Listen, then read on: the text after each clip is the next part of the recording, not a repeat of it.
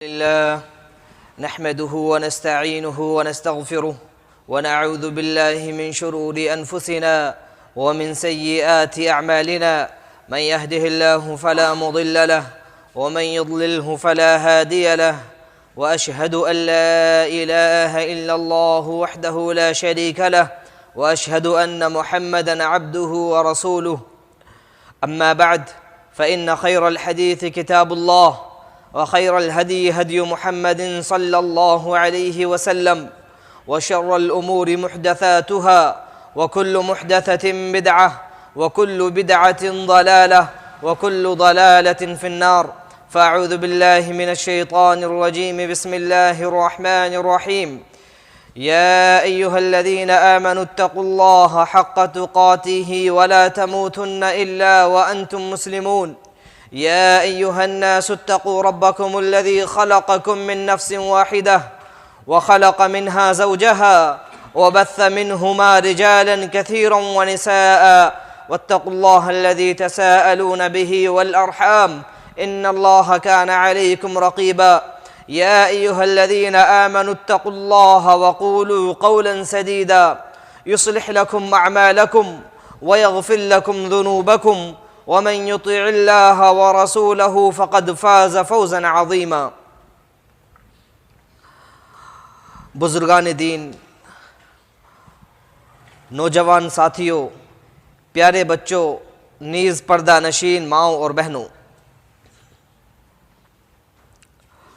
इस वक्त हिंदुस्तान के अंदर ख़ास तौर पर उत्तर प्रदेश में इलेक्शन का माहौल गर्म है। वोट किसको देना है, किसको नहीं देना, लोग इसमें बिजी हैं। उनकी मजलिसें इस तरह की गुफ्तगू से गर्म हैं, भरी हुई हैं। लेकिन आज मैं इस मौजू पर गुफ्तगू नहीं करना चाहता। मैं जिस मौजू पर गुफ्तगू करना चाहता हूँ वो मौजू उम्मत मुस्लिमा से बका से मुतअल्लिक़ है। वो मौजू उम्मत मुस्लिमा की वहदत से मुतअल्लिक़ है। मैं जिस मौजू पर गुफ्तगू करना चाहता हूँ वो एक ऐसी बीमारी से मुतअल्लिक़ है कि जिस माशरे के अंदर वो बीमारी पाई जाती है उस माशरे को वो बीमारी दीमक की तरह चट कर जाती है। जिस माशरे के अंदर, जिस सोसाइटी के अंदर वो बीमारी पाई जाती है उस सोसाइटी से शर्म व हया का जनाजा निकल जाया करता है। जिस जगह वो बीमारी पाई जाती है वो माशरा मलियामेट हो जाता है, ख़त्म हो जाता है।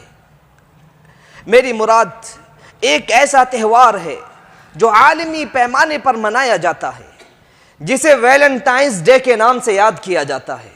मेरे अजीज़ों, ये एक अजीब सा नाम होगा।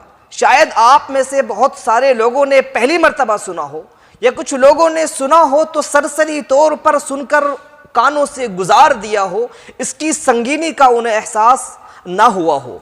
ये वैलेंटाइन की तरफ निस्बत करते हुए एक दिन मनाया जाता है जिसे वैलेंटाइन का दिन इस नाम से याद किया जाता है। ये वैलेंटाइन एक शख्स का नाम है। ये वैलेंटाइन एक ऐसे आदमी का नाम है जो ईसाई हुआ करता था और ईसाई में वो पादरी था, सेंट था। इसकी कहानी आइए मैं आपको बताता चलूं। 270 ईस्वी के आसपास की ये कहानी है कि जिस जमाने में रोमन एम्पायर हुआ करते थे कि यूरोपियन कंट्रीज के अंदर ईसाइयों की हुकूमत नहीं थी। ईसाई वहां पर गिने चुने मौजूद थे।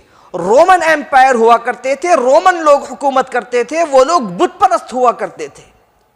एक बादशाह वहां गुजरा उसी जमाने में, क्लाउडियस नाम का।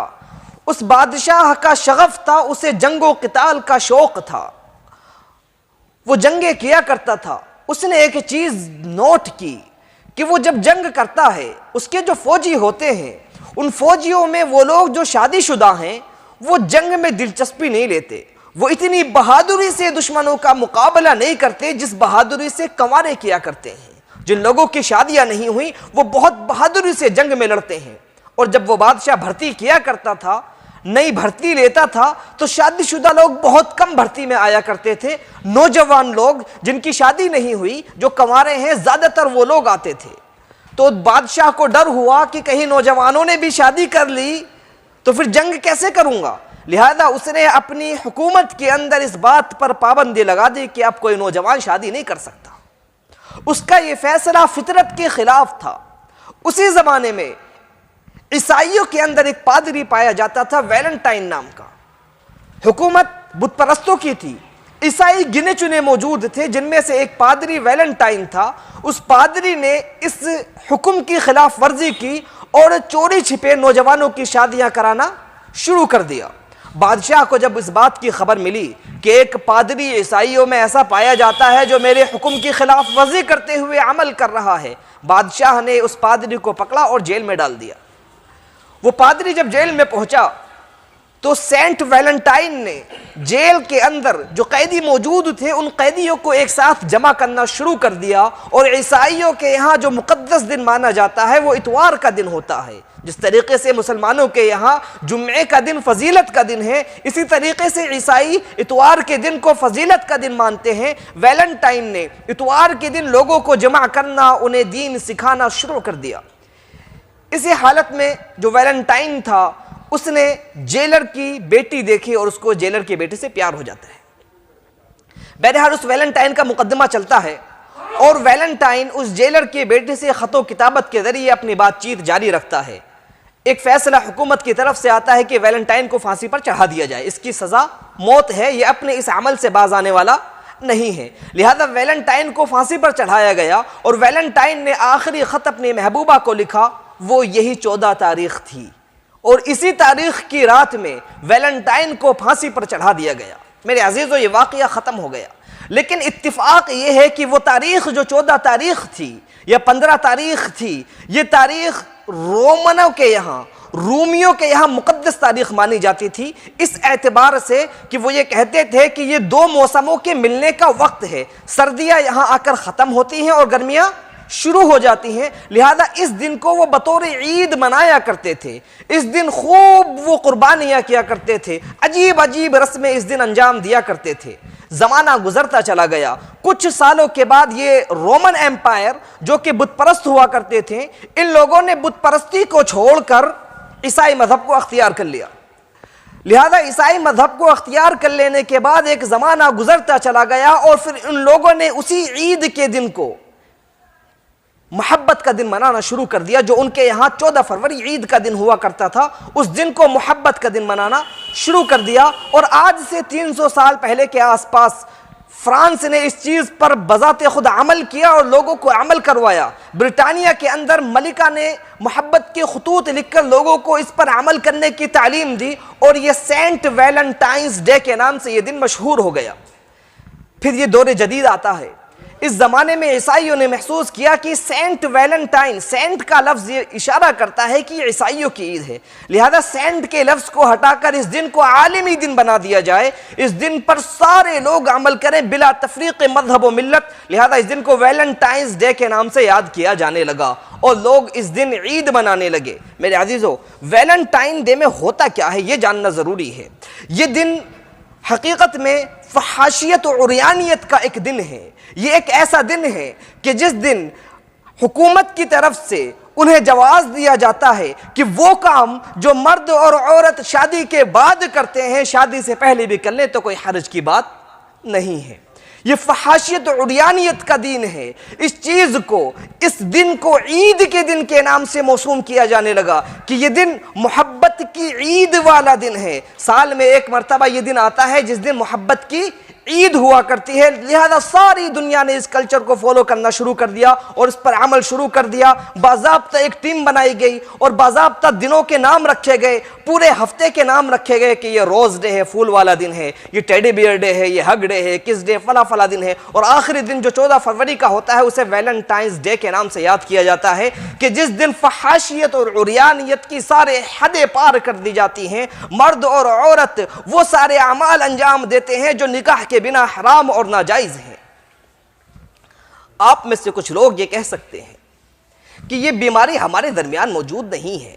हम में से बहुत सारे लोग तो इस नाम से वाकिफ भी नहीं है, लिहाजा हमारे दरमियान इस तरीके की बात करने की जरूरत फिलहाल नहीं है।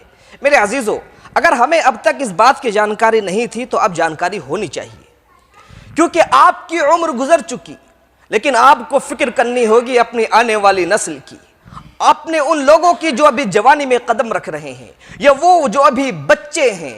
क्योंकि ये रस्म, ये कल्चर, ये ईद जिन जगहों पर मनाई जाती है वहां हम सब के बच्चे जाया करते हैं। स्कूलों के अंदर इस चीज को प्रमोट किया जाता है। यूनिवर्सिटीज के अंदर के जब बच्चे जवानी की दहलीज पर कदम रखते हैं, यूनिवर्सिटी में ये चीज बहुत फरोग दी जाती है। लड़के लड़कियां वैलेंटाइंस डे के नाम पर बहुत ज्यादा फहाशियत और उरियानियत का सामना करते हैं, और फिर जब पढ़ाई से फारिग होकर वो कंपनियों में जॉब करने पहुंचते हैं तो वहां पर भी इसी चीज का सामना किया जाता है। लिहाजा जरूरी है कि हम सारे लोग इस हकीकत को जानें, इस बात को समझें कि ये दिन एक मामूली दिन नहीं है। इस दिन इतनी फहाशियत और उरियानियत होती है कि हमें अपने बच्चों को अभी से तालीम देनी होगी, अपने बच्चों को समझाना होगा कि इस चीज से महफूज रहें, इस चीज से अपने आप को बचा कर रखें। ये चीज इस्लाम के खिलाफ है, क्योंकि इस्लाम के अंदर सिर्फ 2 ईदें हैं। अल्लाह के रसूल सल्लल्लाहु अलैहि वसल्लम ने अबू बकर सिद्दीक रज़ियल्लाहु ताला अन्हु से कहा था, इन्ना लिकुल्लि कौमिन ईदुन व हाज़ा ईदुना, कि जब अबू बकर सिद्दीक रज़ियल्लाहु ताला अन्हु अल्लाह के रसूल के घर में गए, आपने देखा कि कुछ लड़कियां वहां अंसार के मौजूद हैं और कुछ गुनगुना रही हैं। तो अल्लाह के रसूल ने कहा, हजरत अबू बकर ने कहा कि अल्लाह के रसूल के घर में ये क्या कर रही हो, इस काम को बंद कर दो। तो अल्लाह के रसूल ने कहा कि हर कौम की ईद होती है और ये हमारी ईद है, इन्हें अशार पढ़ लेने दो, कोई हरज की बात नहीं है अगर अशार सही है तो। मेरे अजीजों, किसी कौम को दूसरी कौम से जो चीज जुदा करती है वो उनके त्यौहार हुआ करते हैं। त्योहारों के जरिए पता चलता है कि ये मुसलमानों का त्यौहार है, ये होली है ये हिंदुओं का त्यौहार है, ये दिवाली है ये हिंदुओं का त्यौहार है, ये क्रिसमस है ये क्रिश्चियंस का त्यौहार है, ये फला है ये फला कौम का त्यौहार है।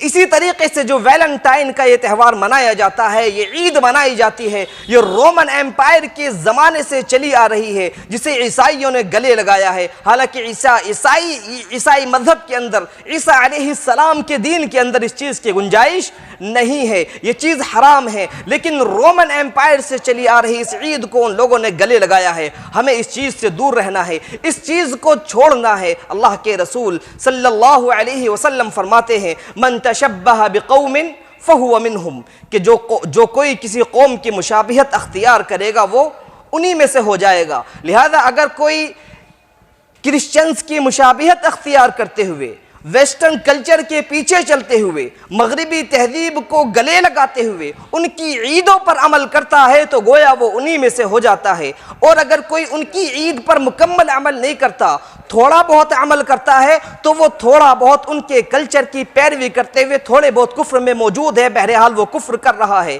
क्योंकि आजकल बहुत सारी मुसलमान लड़कियां ऐसी हैं जो यूनिवर्सिटीज़ और कॉलेजेस के अंदर लड़कों को वैलेंटाइंस डे का कार्ड नहीं देती, उनके साथ वैलेंटाइंस डे नहीं मनाती, लेकिन लड़कियां आपस में एक दूसरे को फूल तबादला करती हैं, एक दूसरे को फूल देती हैं, एक दूसरे को कार्ड देती हैं। जब हक डे आता है तो एक दूसरे को गले लगाती हैं। लड़कियां आपस में इस अमल को अंजाम देती हैं। ये कुफ्फार से मुशाबहत है उनकी इस ईद के अंदर। ये चीज़ इस्लाम के अंदर हराम है। इस्लाम इस बात की बिल्कुल भी इजाज़त नहीं देता। अल्लाह के रसूल फरमाते हैं कि जो जिस कौम से मुशाबहत अख्तियार करेगा वो उन्हीं में से हो जाएगा। लिहाजा हमें कुफ्फार की मुशाबहत से मुकम्मल परहेज करना है। उनके इस मौके पर न रोज़ देना है, न फूल देना है, न इस मौके पर कोई ऐसा अमल अंजाम देना है जिससे पता चले कि ये वैलेंटाइंस डे की तरफ इंसान की रग़बत मौजूद है। अल्लाह के रसूल सल्लल्लाहु अलैहि वसल्लम, अबू सईद खुदरी रज़ियल्लाहु ताला अन्हु की रिवायत है, फरमाते हैं कि लतत्तबिउन्न सुनन मन कान क़ब्लकुम शिब्रन बिशिब्र व ज़िराअन बिज़िराअ हत्ता लौ दख़लू जुहरा दब्बिन लतबिअतुमूह क़ालू अल-यहूद वन-नसारा क़ाल फमन। अबू सईद खुदरी रज़ियल्लाहु ताला अन्हु कहते हैं, सही बुखारी की रिवायत है कि अल्लाह के रसूल सल्लल्लाहु अलैहि वसल्लम ने कहा कि तुम अपने से पहली उम्मतों की पैरवी करोगे, शाना बशाना कदम ब कदम जिस तरीके से वो लोग चले हैं उसी तरीके से तुम चलने की कोशिश करोगे। यहाँ तक कि अगर उनमें से कोई चूहे के बिल में दाखिल होने की कोशिश करेगा तो तुम भी ये कोशिश करोगे कि मैं भी चूहे के बिल के अंदर दाखिल हो जाऊं।